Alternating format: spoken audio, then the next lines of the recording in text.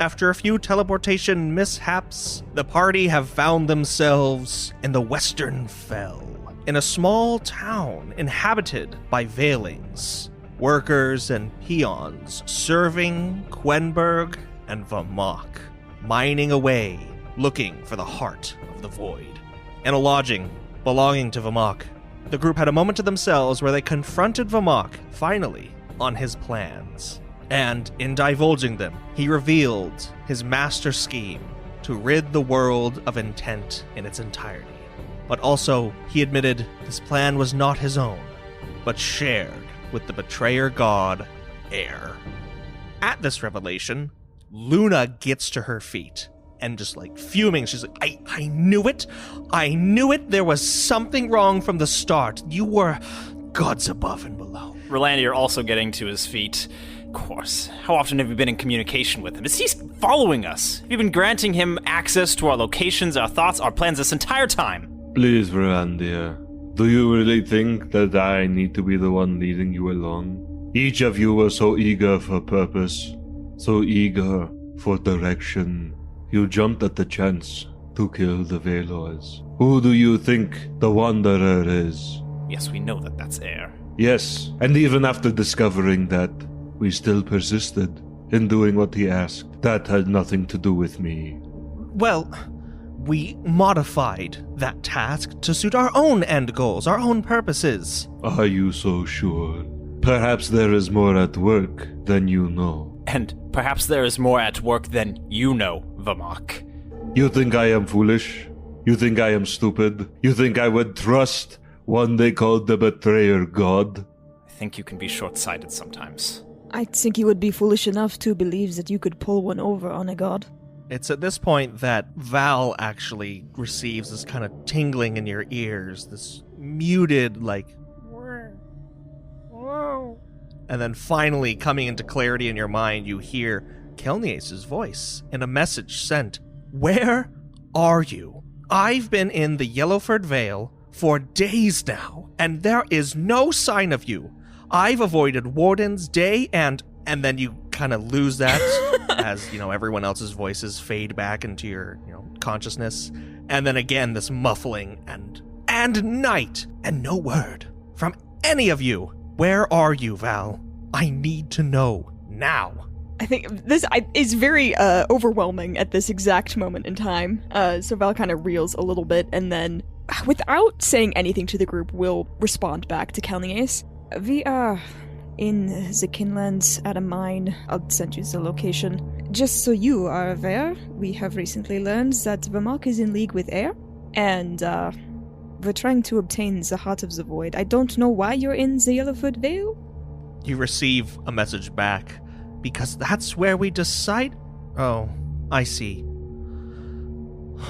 Well, if that's what you say, and Air's now involved, it's probably best I come to you, no?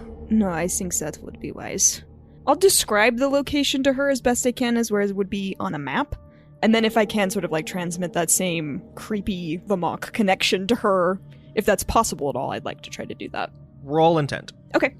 Ooh, 35 and 47. That's a success. Yay! You get this, emotional, non-verbal communication from Kelniace that is just an affirmative, yes, she's received that. Okay. As your awareness then fades back into the room, which is just Rolandier yelling at Vamahk, Vamahk yelling at Rolandier, Luna yelling over the both of them, whatever anyone else is saying or doing. And Vamahk, this is not the first time that I would have expected something like this from you. I should have seen this coming. Kelniace is coming. What was that, Val? Kelniace is coming. Kelniace. Alright. I don't know why she wasn't with us in the first place, but... Evidently she went to the Yellowfoot Vale. I don't know why. Why would she have gone there? As I said, I do not know. Well, how long is it going to take her to get here? I did not think to ask that. Let me find out. I will sending her again. As you do try to access her again in this way, you kind of get this mental block from her, and because if she's deep in those human lands, she's sending up flares anytime she does anything, so yeah. You kind of get I'm putting her in danger. Yeah, okay. Do not disturb mode has been activated. She won't respond at this point, but Well, I don't think we should do anything else until she's here. We need another... Wait, is she Godborn? No. She's just really good. All right. Honestly, yeah. That's a good point. Well, we need her as well before we take any more steps. I don't know if we can afford to wait. You cannot.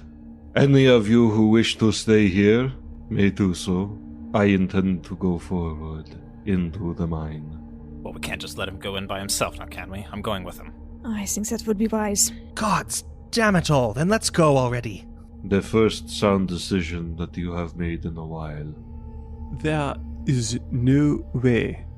First off, you were planning on killing the gods, which is something that I can't understand and I can't even believe. If I wasn't stuck in this place with you, I would have left hours ago.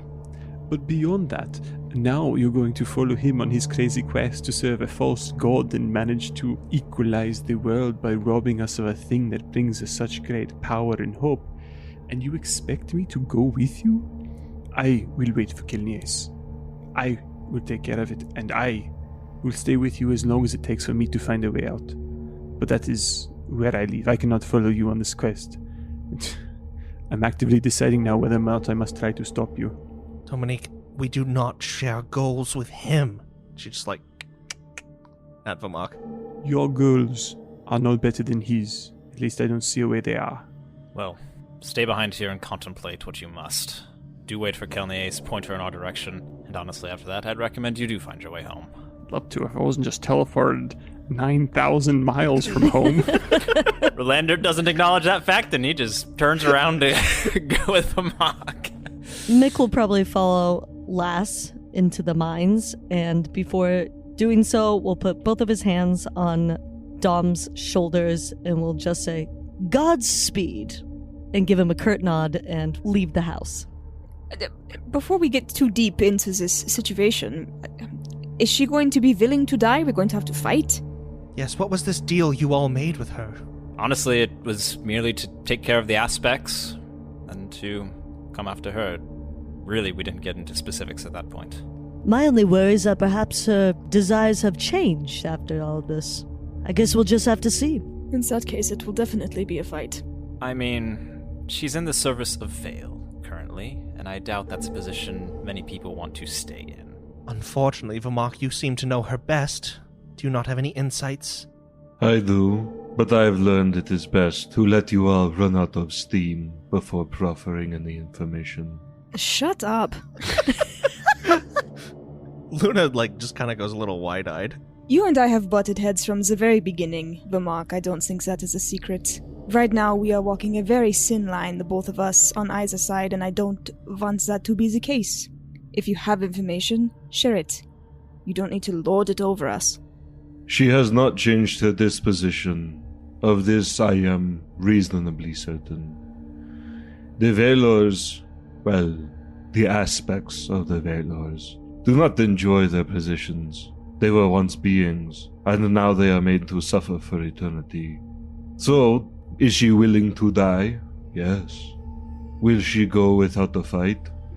I would doubt that Vale would give up his aspect so easily. She may be compelled against her will. Particularly one who can transform themselves into a hideous beast, fly off into the distance. I think you bring up actually a good point. I fear in doing this, we make ourselves an enemy of Vale. Speak for yourself. I don't know that this is going to be helpful information at this point in time, but I do sort of have a directive or a sort of, I don't know, I could contact him and he might not be completely disinclined to be cooperative with us. Rolandier kind of just shifts an eye over to Val, and he's like, you have something you want to tell us as well, Val? Luna has a similar look, though a little more taken aback, and she says, How long has that been going on? At this point, I think timelines are a little beyond my comprehension. Since the Twilight Eternal, at least. Well, go on. In the sort of, I don't know, hallway of horrors where we were remembering, I guess I don't know what happened to you all. There I don't know, I lived through several experiences and memories, and one of them was more real than the others, if that makes sense. It was not an illusion, it was like I stepped back through time somehow, and he was present, and I don't remember explicitly what we talked about in detail, but I asked him if he knew how I could break my bond with Yakuda, and he said he did and would help me do that, and I just needed to contact him when I was in a position to do so. And have you been? No, that is the last time I have spoken to him to my knowledge. Luna looks wholly unsatisfied with this and just kind of motions to the gaping mine shaft ahead. Well, let's walk and talk. All I know is Brynjar's feeling left out. Everybody's got their magic powers, making deals with gods.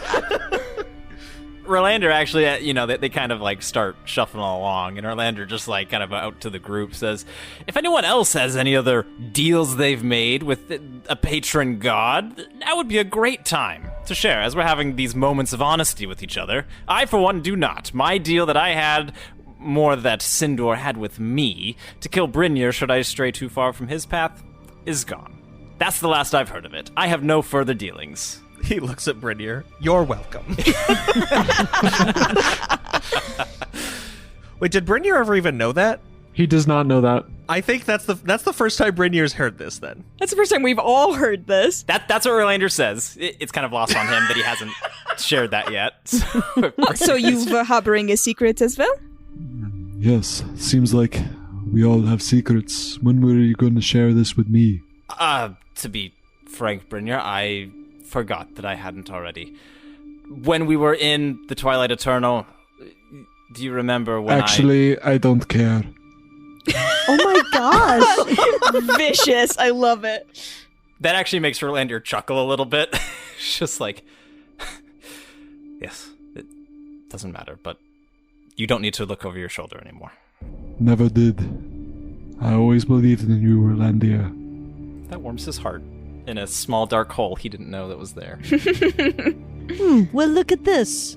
For the first time ever, I'm the only one without any secrets among these. Let's continue forward. As you actually continue forward, you look and you see Vamahk is not with the group anymore. He's actually already at the entrance of the mine, just heading in. We should probably catch up, and Renner's going to quicken his pace to keep stride with Vamahk. Val will look very sheepishly at Luna and then go. Do Brynjar and Mick head after? Yeah, Brynjar will. Yeah, Mick will just follow in suit. As Val shoots that look to Luna and starts off, she kind of takes you by the arm and halts you and says, I wish you'd said something. I'm sorry, I am. And I mean, that was before you and I were whatever we are. But I just need you to be honest with me going forward. Absolutely. What are we? This is a great time to be having. Yeah. Val's an idiot. We all know this. I don't know why this continues to surprise you guys. I love it. I love it. Luna honestly just like gets this dumb smile and she like places a hand on Val's cheek and she's like, I don't quite know, and I know we've lost something from whatever happened on wherever we went, but perhaps now's not the time. Yeah, you're probably right. We should catch up to the others. Okay. Tell you what, you lost your virginity.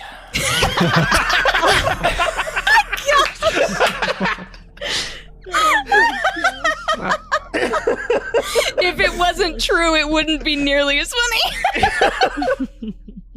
Everyone, Val and Luna included, will have caught up to Vamahk as you make your way down this central mine shaft. It's dark.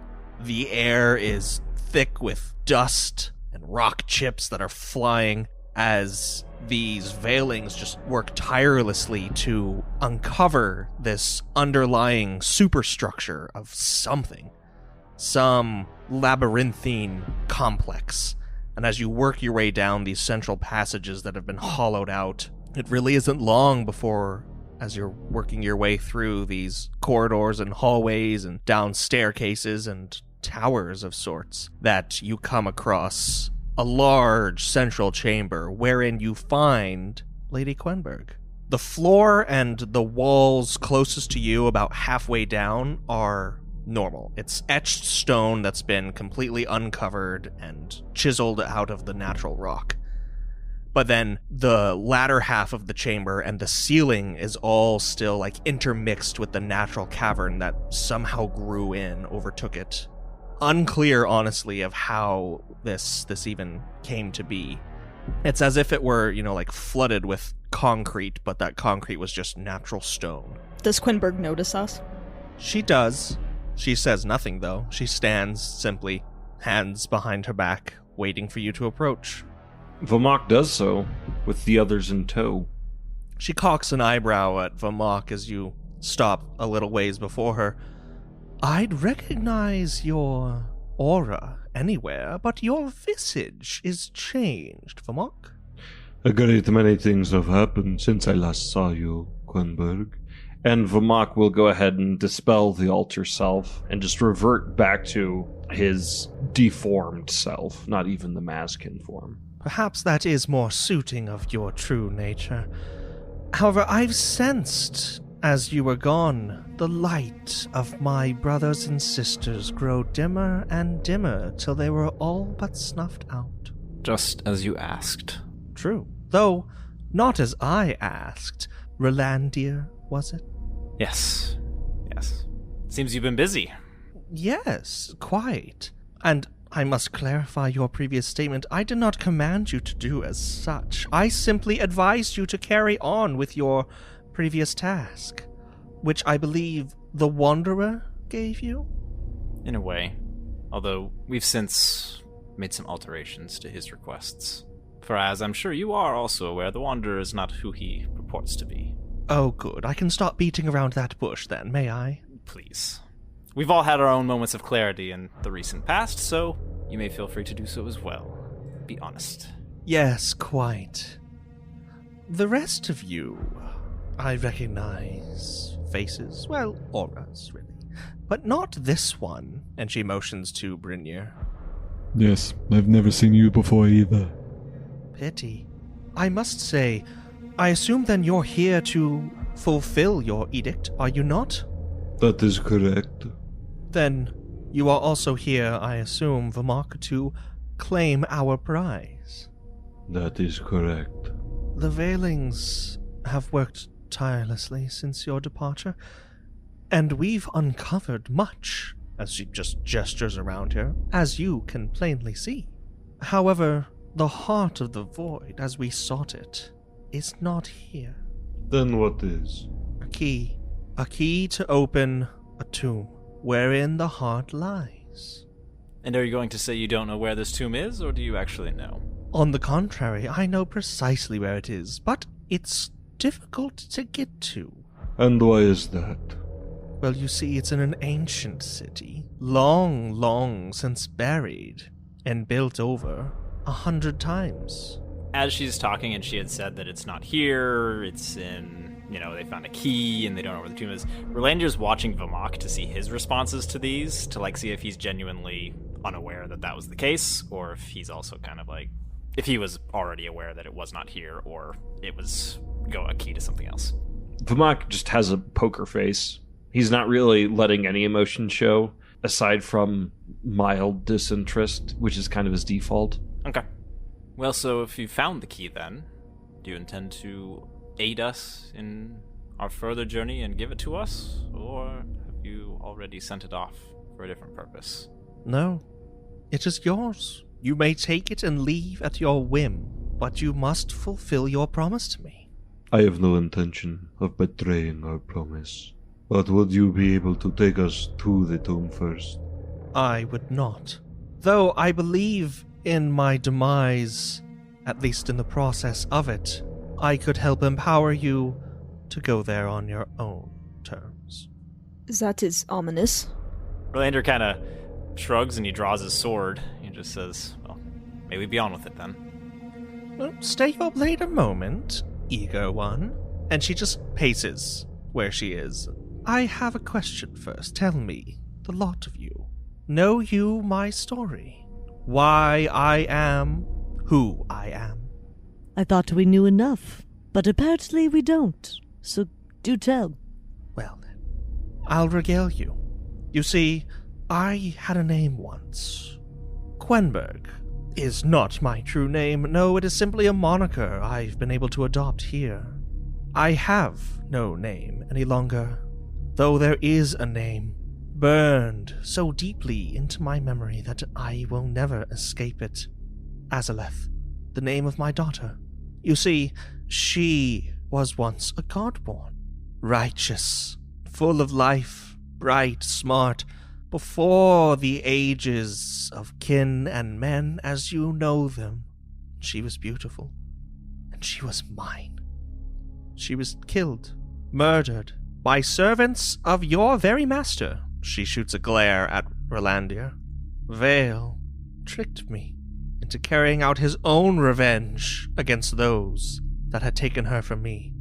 For we shared similar goals. We both sought vengeance. But instead of respite, I received curse upon curse from both Vale and Sindur to be as I am today.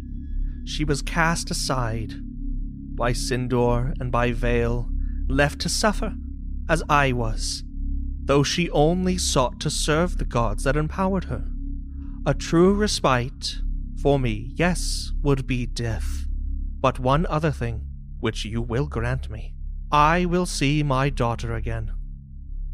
And how do you intend to make that happen? Easy. One of you will take up her mantle as the godborn of Delegast. There's probably some silence for a little bit, taking this in. And Mick as such is also taking in the challenge and also her story. And will suddenly speak up and will say, I will do it. I'll become a godborn. Well? There's a moment of silence as you pose that question. Even Luna looks between the lot of you and just... That can't be that easy, can it? For Rolandir, if I recall, you had to basically shed your other self, and Vamahk and Val either lost parts of yourselves or gained new undesirable ones. That is true. I think if anything, the last, 4 or 5 hours have proved one thing, and that is that those of us who are godborn are the ones who cannot be trusted. I don't necessarily caution you against this, Mick, but it is not an equal trade. Even for the godborn of virtue and mercy? Well then, if not me, then who? Brynir, would you take up that mantle? As Mick looks to Brynir looks like he has some concern on his face. Well, I am not opposed to becoming a godborn. I do worry what the effect it would have on me. I do believe that I would be able to control and manage myself. But as I have seen, it does bring out some unfortunate characteristics in people. But as Delegast is the only one that was trying to speak on our behalf, he might not be such a bad option. I will say, Cwenburg speaks up, do not fool yourselves into thinking it will be easy. As one of you, she gestures to Luna, has pointed out, your interactions with the ethereals in the past have cost you something when falling into their service. And now, to become entwined with one when you are so opposed to them, it may be dangerous. It may, in fact, kill you. I could not say for certain. And what if you refuse? What if neither Mick nor Brynir accept? Then you will not fulfill your oath to me, and I will remain upon this mortal plane, and the tethers which you seek to sever by ending my life will remain firmly in place. And is there not another way? What about the god of death? Cwenburg will say, of that I know well enough how well acquainted you are with Tentiver. His very godborn stands with us, and she gestures to Vamahk. But what of it? Well, perhaps there's a back door, so to speak, to see your daughter again. Perhaps in the land of the dead, where your daughter, I would presume, would be. No. Though Tentiver is the keeper of the dead, he's not the keeper of curses or godborn. I have long since ascertained that neither Sindor nor Vale hold my daughter's soul. Therefore it must be Delegast. How do I speak with Delegast? Correction, how do we speak with Delegast? I would arrange it for the pair of you. However, I must warn you, should one of you go and be deemed unworthy of his service, you will die, and your oath to me will remain unfulfilled. Should both of you go, and one of you be deemed fit for his service, that one shall take upon the mantle of my daughter, freeing her soul, and in turn I will give in to death. However, the one who is unfit will not return. You have a chance to take, a choice to make. One of you goes, and perhaps you succeed, but perhaps you die. Or both of you go, in which case, most certainly, he will pick one of you, but the other will remain. Could we not send them one right after another? Oh, surely you could. Hopefully you send the right one first. Yes, the outcome would be fairly similar to sending them both at that point. But if we send them both, then death is a guarantee. I do not think we should send both. Nor do I think we have any right to suggest which one, if any, should. And Rolandir kind of steps back a few paces from Cwenburg and from the others. You two decide amongst yourselves. Luna looks between Brynir and Mick and will say, I'm not sure how it is for Godborn, but I always felt a draw to Sereth in finally knowing that he was my father. Perhaps it might be the same for one of you, and we can avoid a death. And she'll step back too and kind of just wait beside Rolandir. Val, looking between the two of them, will just say, I think that either of you would be a wonderful fit for virtue and mercy. And step back. After taking in what all of them have said, or those who have spoken to both Mick and Brynir, in particular, Mick is going to take in what Luna said and search within himself if he does feel a connection. Is there a way to do that? Whatever role you feel appropriate. Mick will think it's most appropriate to roll insight. That's what Mick thinks. And he takes out his dice. I'll lead this up to luck. And he kisses the dice and throws it on the ground. Chris thinks that Incredible. too. I rolled a 31. You feel the warm and fuzzies in your chest. And when you think of pairing with this god, there's no ill will, there's no ill intent, and there's a calm reassurance that settles upon your mind. Mick will then reach out a hand and will almost halt. Do you know what I'm saying? Like put it out to Brynir and put it on his chest and will say, Brynir, I will go. As you wish, Mick. But I do not want you to be doing this if you think it's going to spare someone else's life. Do it if you truly believe that you will be okay. And Mick will, without saying a word, will give a nod towards him and will bring his attention to Cwenburg. Well, what next? I will make myself known to him, dropping the veil that I have held in place for millennia. He will come to claim me, and in turn, you. But I must warn you, as you've noticed with all your friends that have done this before, you will come away changed. Do you understand that? If there's anybody in this room who would understand change, it would be me.